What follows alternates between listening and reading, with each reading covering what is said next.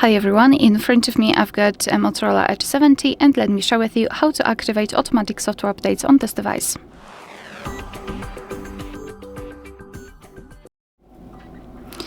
So let's begin with opening the settings, and here we have to scroll down until we will find the option System Updates. Let's tap on it. Right here we've got something called Smart Updates, and all you have to do is to tap on this switcher here, thanks to which you will activate this option. And this option will not only download the updates but also install them automatically at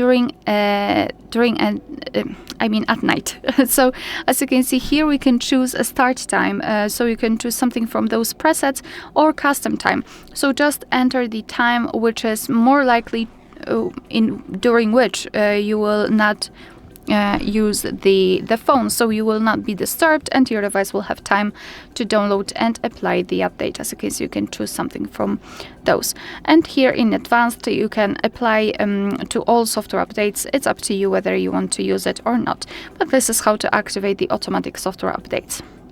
Alright, so that will be all. Thank you so much for watching. Please hit the subscribe button and leave the thumbs up.